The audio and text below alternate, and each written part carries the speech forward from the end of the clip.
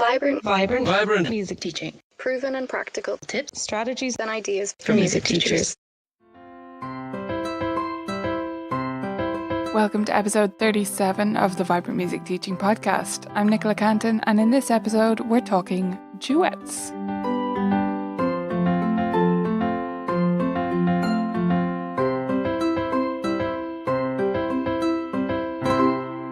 Hey there, wonderful teachers. I hope your April is off to an amazing start so far.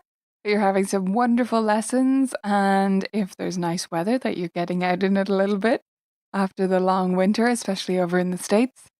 So today we're going to talk about duet playing.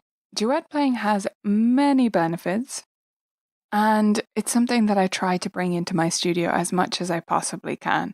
And in a way, it's one of the many reasons that I switched to buddy lessons in my studio. So I'll just briefly remind you, buddy lessons are where my lessons overlap in the middle. I've talked about this before, and I will do more future episodes purely on that and the logistics around it. But basically, all of my students have some time one-on-one with me, or almost all of my students do, some time one-on-one with me, and some time together with another student and me. So we have lots of opportunity for playing duets, and I love that. Duets and trios and any other ensemble work is great because it gives students a chance to play socially. Okay, so they're actually exploring music with a buddy or with a friend, or even if they don't get along particularly amazingly together, it's about exploring music with another person, which is something that pianists just do not get enough time to do. We all know that many other instruments, and if you're teaching another instrument, then lucky you, because your students probably get to play in band in school or orchestra or participate in other groups. It's harder for pianists to find those opportunities. They can, but duets are a great thing to bring into your studio to make this a baked-in part of the experience so that we're not playing alone for years and years and years and years, and then finally playing duets or any other group work and being pretty terrified of the prospect. It also lets students see through this social interaction that other students, other kids, go through the same struggles they do or similar ones. So when they see another student is mixing up the notes or getting confused about an interval or having trouble with a particular chord, they see that, okay, everyone finds this challenging at times. There are little struggles. And they get to witness how each other works through that. So especially if you have a student who gives up really fast, they'll quickly knock that out of themselves during duet time because they can't just give up. They can't just say, oh, well, I don't know, or it's too hard. They generally won't when there's another student there. And even if your student is not like that, it's very beneficial for them to see that they're not alone. Other students are going through the same things. It's hard for everyone at times. And yeah, they're normal, right?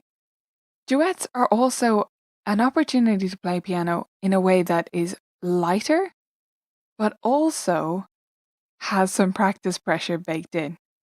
Now that seems like a bit of a contradiction in terms, I'll give you that, but it's actually not. Duets are lighter because the pressure is not all on you to perform this amazing piece. It's not, everything isn't riding on your shoulders, and generally there's more giggling going on when you've two kids together, right? So everything seems a bit lighter. But at the same time, you're part of a team. And if one student does not practice their part, they can feel it, right? Letting down you is one thing, or themselves or their parents is one thing. But letting down another kid, ooh, that stings. And they generally won't do it twice. So duets have that baked in motivation practice because they have to keep up. They have to do their part, and they understand that instinctively. Duets can also help to guide students in understanding the importance of rhythm. Rhythm is vital. It's so, so important, but students will often sacrifice it in favor of pitch. Because we have this preoccupation with note reading in a lot of our lessons or traditions, students can become overly focused on reading the pitch.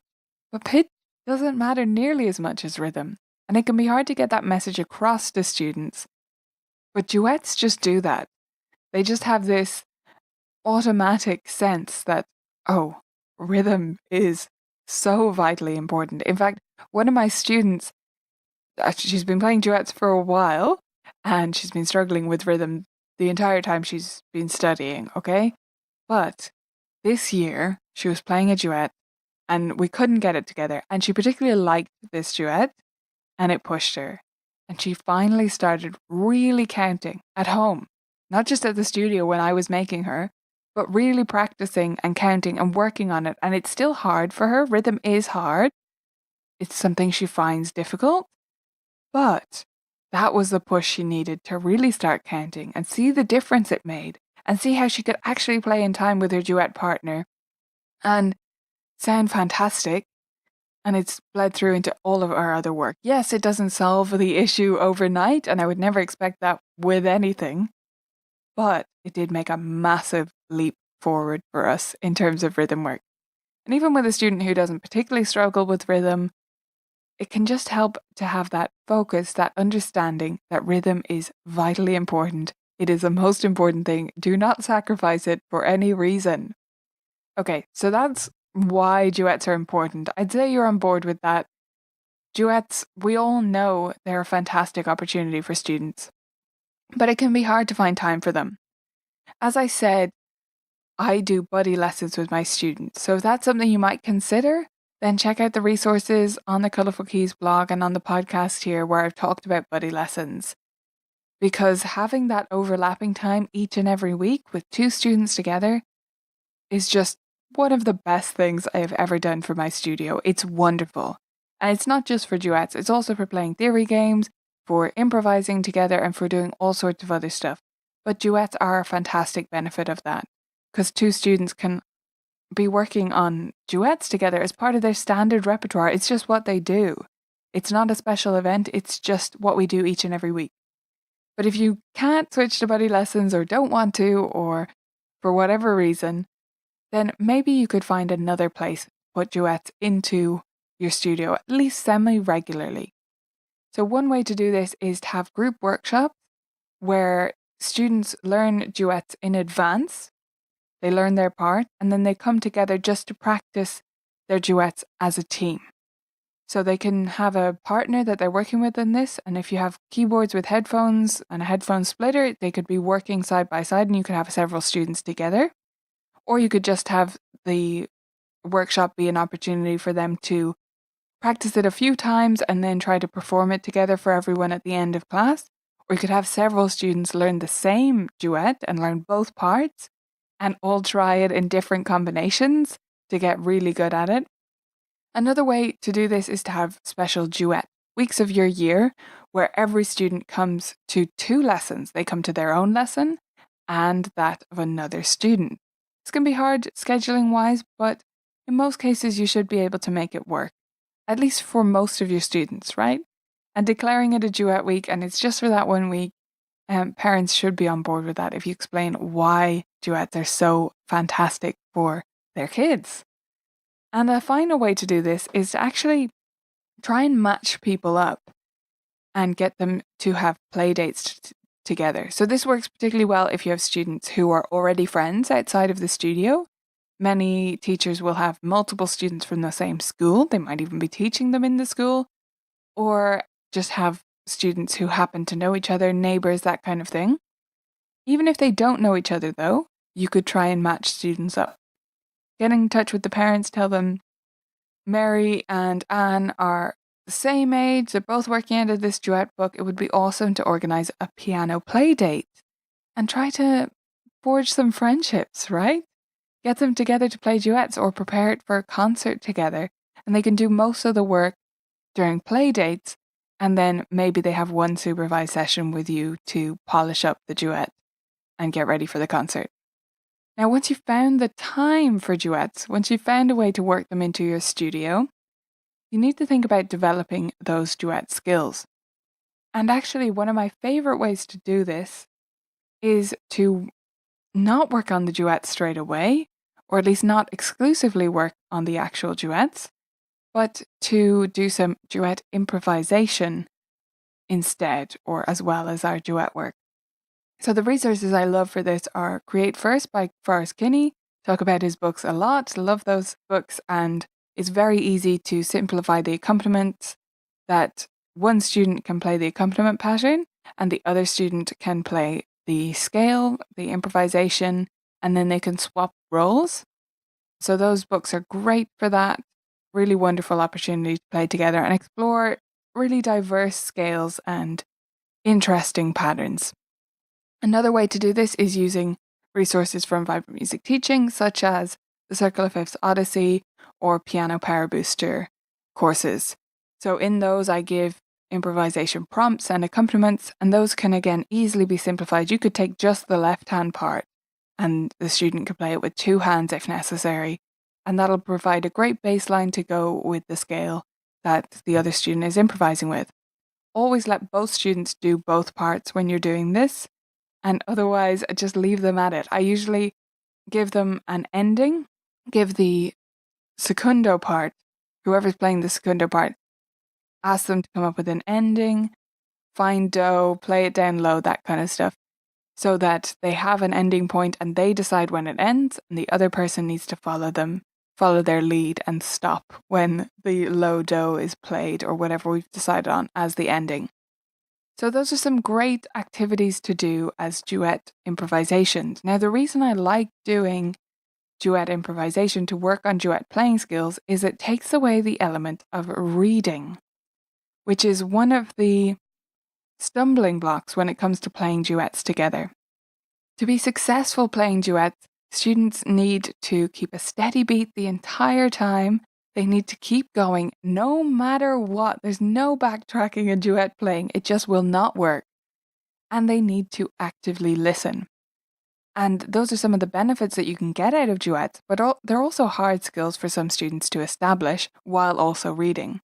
So having the stepping stone or the activity you're doing side by side with the duet improvisation, it means that students can work on these skills without also reading or focusing on playing correct notes. There's no wrong notes.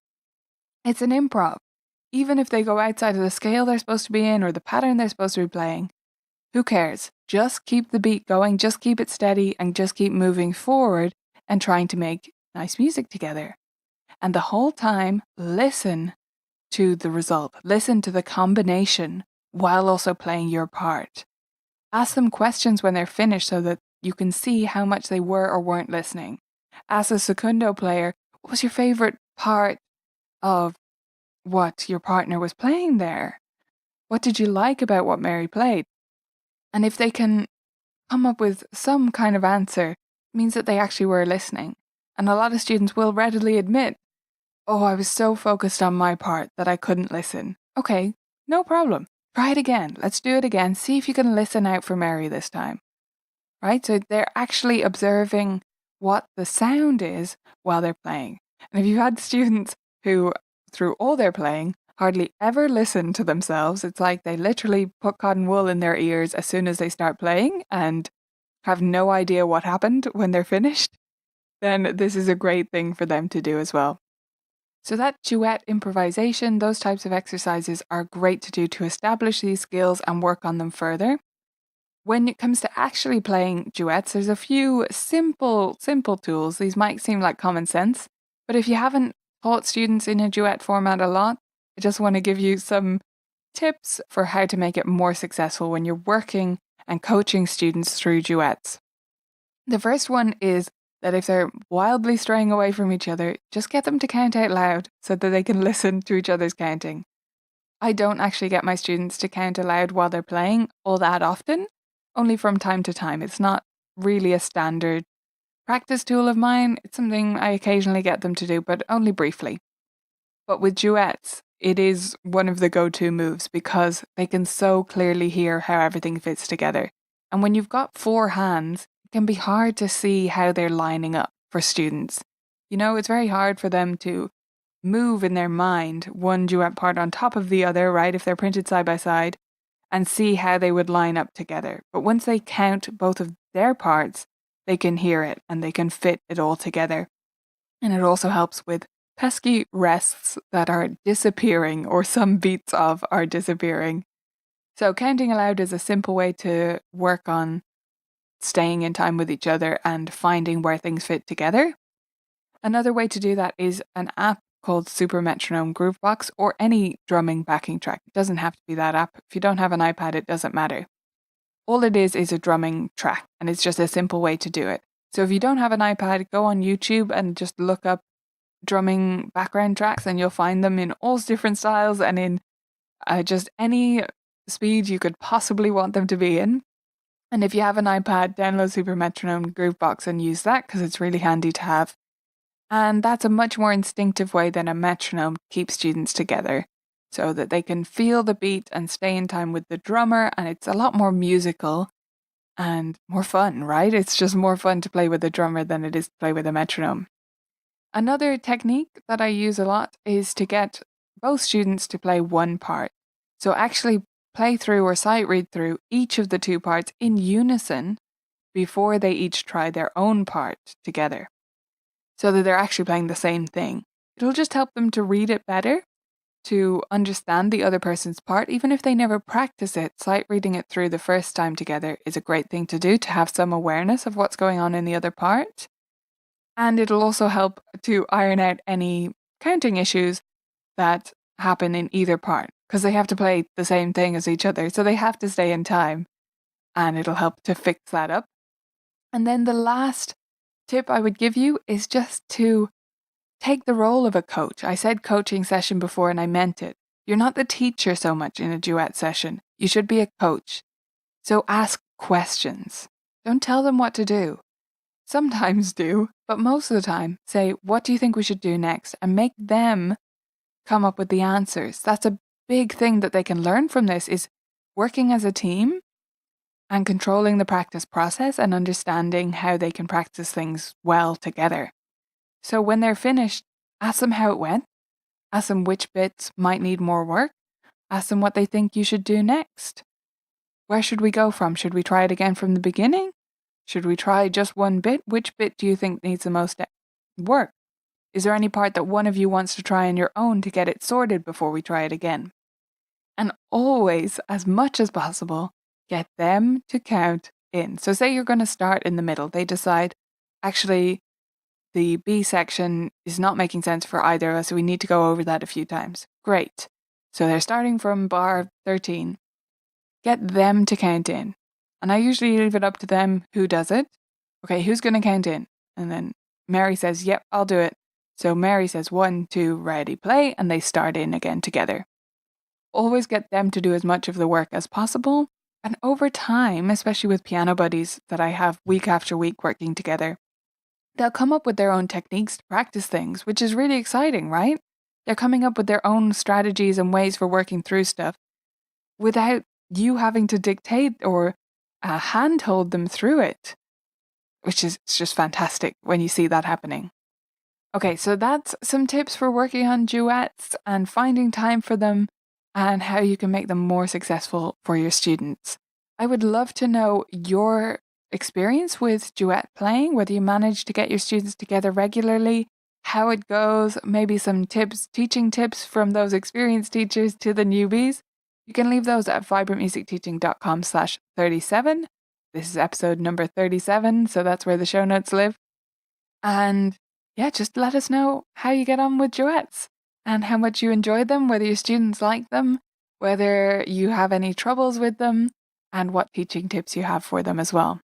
Next week on the podcast, I'm going to be talking about how to jam with the 12-bar blues in a group workshop setting. This is something I love to do, get my students together for a group workshop. I do 4 a year, and every time we do some version of improv, and 12-bar blues would be my go-to for an easy option to get loads of students playing at the same time, improvising together using rhythm instruments and different sounds on the keyboards and all different types of tune progression and whatever you have on hand. So that's next week. I'm going to talk you through exactly how to set that up. It's going to be a super fun one. I hope you have a wonderful week, and I'll see you for episode 38 next week. If you want to see this type of duet work that I do, working on duets and improvised duets in action with my real students, then you can find it in the teaching videos in my video library in Vibrant Music Teaching. So if you're not a member yet, just go to vmt.ninja and sign up and you'll get access instantly. And if you're already a member, hop on over to the video library and select the teaching videos to check those out.